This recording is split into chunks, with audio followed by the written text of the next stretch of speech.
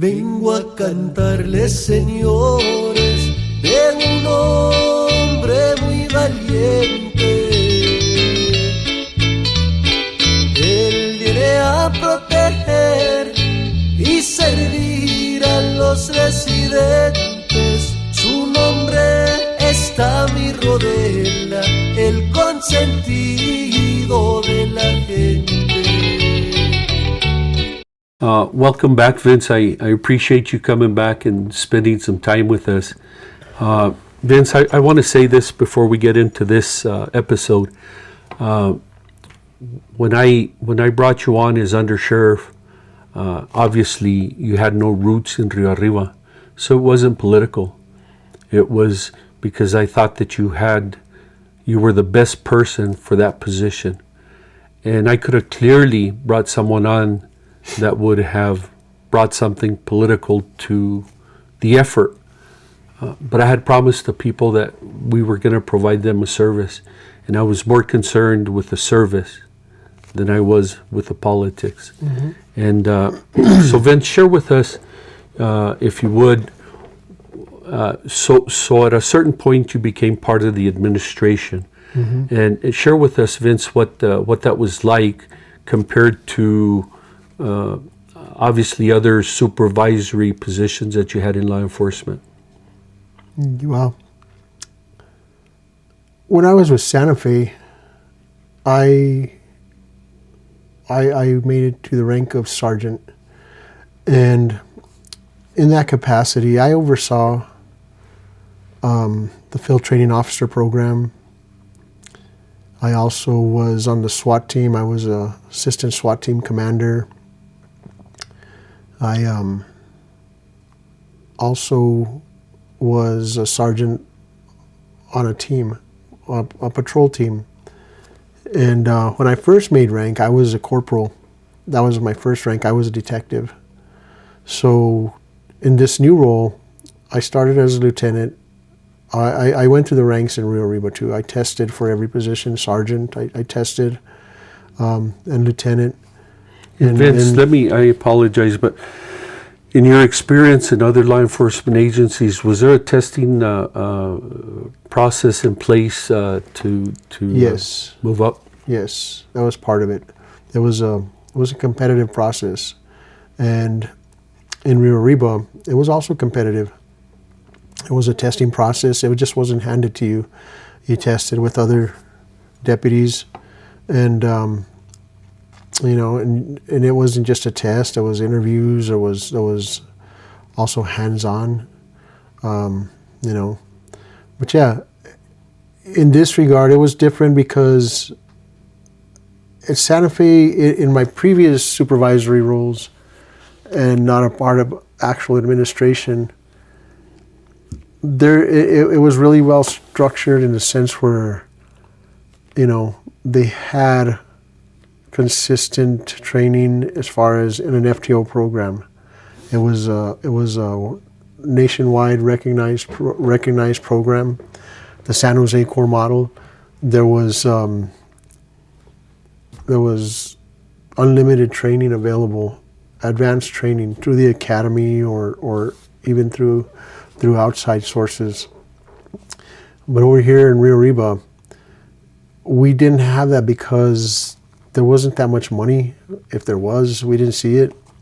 We didn't have that. We couldn't afford to send these guys out of state or even up to the academy because we needed them there. We didn't have the manpower we needed. We had openings that we needed to fill that they just weren't letting us fill. And the truth is, Vinny, that the commission at that point did not prioritize law enforcement. No. Their effort was not to see law enforcement succeed. That is the truth. Okay. Yeah, whatever it was. But yeah, we stayed shorthanded. Our equipment could have been a lot better. But no, it was different because I had to go more hands-on. And my background in training and FTO, it helped. But, we were able to bring on some people that had some of the advanced training and that, they had some good skills that contributed to our success of in cases, in prosecuting them and in finding them, taking drugs off the street, taking guns off the street, taking bad people off the street. But yeah, it was different because I didn't have, as a supervisor elsewhere, I had everything I needed. Over here, we didn't have it, but we made it work. So there were shifts, I'm sure, and it's a question, there were shifts where you weren't only the supervisor, you were the administrator, and at times you were having to help with the actual investigation itself. Yes. That's how thinly spread we were. Oh, yes. We all, from you down, from you, me, the newest deputy, we all took calls. We all answered calls. I remember one time we're sitting there and Santa Fe called, said they just had a homicide. And they gave a bolo, be on the lookout, on a description of a car. And we took off. And I found it right there on Riverside Drive in Espanola. We stopped it. We arrested the people. I think you got a confession out of the guy right there, and gave Santa Fe the tape. But yeah, we all did everything. So it wasn't like we could just sit in the office and, listen to the radio and make sure everything was going good, that we had supervisors out there. We were the supervisors. And it even came to a point where you started a reserve officer program so that we can, beef up our ranks. So the effort was, with the reserve program, Vinny, was we would allow them to do some of the mundane duties of the sheriff's office, Yes. transports, court security. So it could free up the guys that we could use Right. to do the calls that had arrest powers, had those powers. And then it was our good fortune that early on we were able to bring on people from state police that were willing to come and help us. Yes. And they brought a lot of knowledge. They did. Yeah. We hired some former state policemen, full-time and reserves, high-ranking. We even brought in a captain from state police to the reserves who brought a wealth of knowledge. He was able to train our people because that's what he did for them. And he trained at the academy. He was an academy instructor, so he was able to train our people as well. So the level of knowledge and competency in the sheriff's office went up. It did. And yes. we were handling cases that had probably never been handled by the sheriff's office in years past. Yes, we even hired a guy from another agency who, like I mentioned in the last meeting we had, he worked in an undercover capacity. This guy was trained by DEA. He worked in DEA task force. He was good. He was really good, and he was able to make some big cases for us here in Rio Arriba. Are there any memorable cases, Vinny? There's a few. There's a few. Two come to mind. There's the first one. Our undercover guy, he identified a drug dealer and got a search warrant because this drug dealer was alleged to have a high quantity of narcotics in his house. So we did a search warrant, and you'll remember it was in San Pedro. And they had a flat porch. And it was a no-knock warrant, I believe. So, we could go and we didn't have to knock. We could just, force our way in. Was it because this guy was armed or he was dangerous? Yeah, or? I believe it was a no-knock warrant because he was dangerous, and that's usually when we get him. And it was winter time, I'm thinking, because it got dark early. And we got there, we all, as quiet as we could. I think we even parked up the road. We walked to the house and we surrounded the back, sides. It was a mobile home. I think it was a double wide. And like I said, it had a deck. It was a flat deck, you remember. And I don't know, I think there was an iron screen door. And they were trying to open it. And the reserve captain was up there on the deck. And I don't know what happened. We were trying to force our way in the house. And all of a sudden we hear a big old ruckus to the side. But we're trying to get in the house. We couldn't pay attention. We just heard a scream come from the side. And the captain fell off the deck. And when we went and looked, he landed in a bunch of trash bags. Yeah, that one. And then another one. How did we finally gain access into that house? Do you remember? We pried the front door open, and then we kicked the door open and we went in. But I don't think there was anybody there. Actually, my memory is that he came out of the one of the back bedrooms. He came down the hall, and my memory is that we took out the window. No, that's the one I'm thinking of now. The next one. It's a different one. Yes, that was the one in Abiquiu. That's the one right off the road. That was a big one too. We couldn't. The door had a iron door, and we took out the window. And because I remember I went. I think it was Matt B. Hill went to the window, or somebody went through the window, and then they finally opened the door, and I went through the door, and the guy was coming out of a bathroom in the hallway. And we identified him, we took him down, and then we went through the living room, and we kicked a bedroom door open. There was 2 people in there. And in that one, we found a lot of drugs in the toilet bowl tank in the master bedroom. And this guy, when they took him down, he was coming out of when I walked in and I saw him in the hall and I told him to take him down. He came out of a bathroom. So we right away thought, this guy flushed his stuff, you know? So that's when I had to modify the warrant to get into the septic tank, you remember? So we got the county over there with the backhoe. We had to dig a little bit, lift the lid off the septic tank, and then we got one of the guys had an ore from his boat in back of his unit, and he was driving a truck. So we had to go over there and mix the septic tank, and then to get the water rolling like a whirlpool. And sure enough, a couple of baggies come floating by, and we got his fishing net. You know, I guess he had been fishing at Santa Cruz. But anyway, we fished it out, and we got a lot of we recovered a lot of drugs, and then.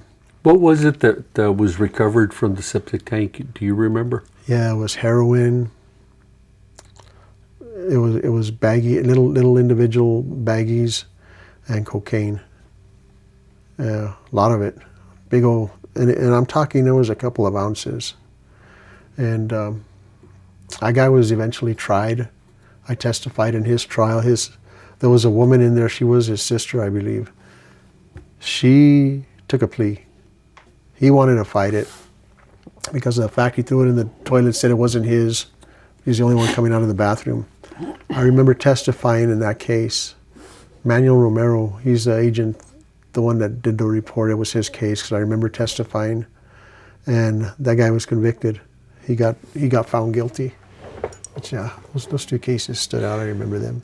What I remember most about the second case that you talk about was this family had been involved in drug trafficking that I know of since 1982 when I came on state police. 1982, I remember hearing the name, and basically the sense I had was, for whatever reason, they were untouchable. We touched them. Whenever there was an effort made, it seemed that somehow they were able to escape, stay under the radar. And so I remember when the deputy that had the undercover experience came on, and the name came up, and I recognized it. We sat down and we talked about it. On that operation, Vinny, as I recall, we arrested something like 11 or 12 people on that alone. There was a bunch of people at the house. I remember. I don't remember how many we arrested. What I remember was, as we're doing the operation, people were still driving up to buy drugs. Yep. And we were running them, and a lot of these people had outstanding warrants. Yes. Yeah, that was just like the case there off in El Llano where we knew they were in the house and they wouldn't come out, and we had to get a search warrant. And well, we didn't have anything until a girl showed up and said she was there to buy drugs, you remember? And then based on her... Was that the case where we brought out the floodlights because we were going to have to do a night entry? Yes. That's the one. Yeah. Yep. Then we finally got the search warrant on that. We'd been there all day. We got the search warrant on that. After that girl showed up, we were able to use her statement that she was going there to pick up drugs. And we finally got the search warrant, and we forced entry into that one too. And we found the guy.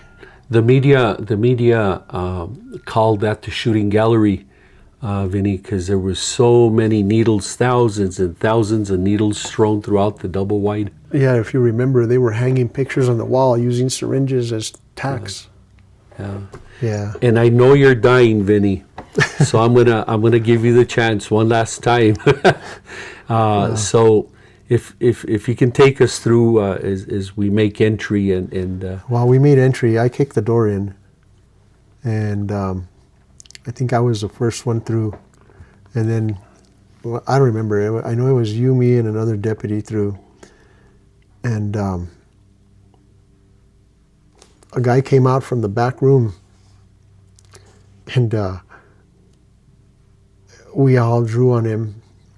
I think you and Marv drew on him, and I went to the back room, and that's where I found the guy sitting on the chair. And anyway, when it was all, everybody was handcuffed and everything, one of the deputies said, "Hey, somebody dropped their mag." And you looked at me, and you said something about, about me dropping it. I don't remember exactly what you said. I could probably guess, but anyway, I looked. I said, "It isn't mine." And then I looked at you, and I said, "I think it's yours." And I guess when you went to put the flashlight up and pointed at that guy or some, I don't know what you did, but you hit your eject button and your magazine fell out. Yeah, so we had made entry, and my recollection is we're zeroing in on the room where the guy's locked in. I don't know that he barricaded himself, but he was locked in there. Actually, he did, because remember I kicked that door, and it wouldn't go. And we found blasting caps. We found how many firearms? There was a recliner by the window where the guy would sit. He would open the window and he would deal his drugs out the back window. That's what that girl told us. And then sure enough, he had his recliner. And if you remember, he had a .357 Magnum strapped to the chair. Holstered to the chair. Mm-hmm. And then he had a safe in there, and we found all kinds of weapons, guns, rifles, I think assault rifles. And he had blasting caps. He had explosives in there. So we got the, if you remember, we got the ATF involved. Remember that guy's name, Ruben or something like that? He would come down. So we had already made entry, and my recollection is in the back room, the door opened and a guy stuck his head out. Yeah. So I started moving down the hall towards that room, and because as we were gathered at the door to the room where we knew this guy was dealing, the guy pokes his head out. I start moving towards the room, and I had already reholstered for whatever reason. And as I'm moving, I draw, and instead of crossing, I hit the eject button. Yeah. And do you remember that floor? That was an addition. We went into the mobile home, and then they were like building onto it or something, but remember that floor? It was like broken up. I think we had to walk on some, it was like some planks and stuff we had to walk on. Yeah, my recollection is the floor had rotted away in places. Probably. And so you had to, in places, you had to walk on the I-beams underneath. The studs, yeah. Yeah, yeah. But the what we recovered in firearms, my recollection was there must have been 20 firearms. It was a bunch. And the blasting caps, and then there was black powder. There was black powder, there was blasting caps, and then they were trying to make money. Do you remember? That's right. They had some counterfeit money. Mm-hmm. So we got the feds involved. The feds prosecuted, and the guy got convicted. Imagine that. Yeah. Yeah, the ATF. Remember, we had a good relationship with that guy. He took a few of our cases. And he came back and helped us on a couple of cases. He did. I remember Ruben, that. I don't remember his last name, but he was a really nice guy.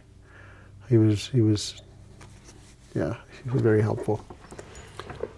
Vinny, anything else as we end another episode of Qué Paso that you wanna share with us? No, just what I've shared. I'm sure, there'll be others. If you'll have me back again, then we can touch on some more stuff. And Vinny, actually, I was going there. I was going to ask you if you'll join us again. You've got a good memory. That's one thing I always admired about you. Sometimes I'd remember things, but then, when you spoke, I'd realize, well, yeah, I think that's probably how it did happen. And your memory to recall things, my goodness, I'll never forget that. I think the attribute, Vince, that most impressed me about you was your willingness to go the extra mile. I remember there was times that we'd work 16, 18 hours a day for days on, and I never heard you complain. And it was your tenacity to stay with it that really impressed me. And I think I started off this program with this episode. I didn't hire you for political reasons, Vinny. It would have been so safe for me to have hired someone for political reasons, but I hired you for what you brought to the sheriff's office, and, thank you. I and for that, I'll always be appreciative.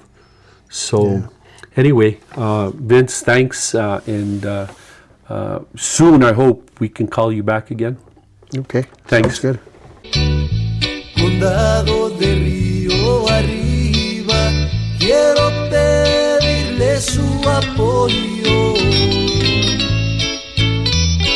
para elegir a este hombre. No se olviden de su nombre en el día de elecciones. Recuerden todos Tommy Rodella.